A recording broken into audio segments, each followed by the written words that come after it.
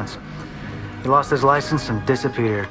Then we got a tip that he was holed up in Red Rock Canyon, kidnapping unsuspecting teenagers, testing them with drugs, and God knows what else. This will open up your minds, enable you to understand my teachings better, and unite us against all those who don't believe. We were ordered to take him out by whatever means necessary.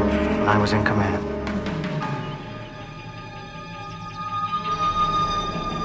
Doctor!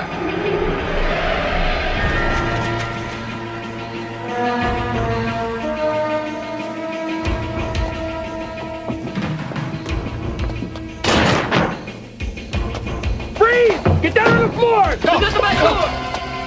Get out back! Let's go! Move! Move! He's on!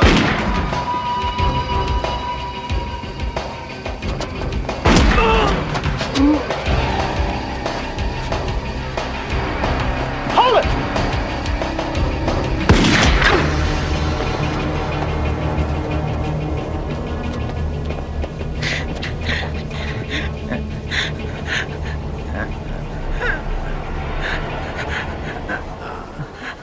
Could have killed him when we had the chance. Says here he's supposed to be serving a life sentence at Chatsworth Mental Institute.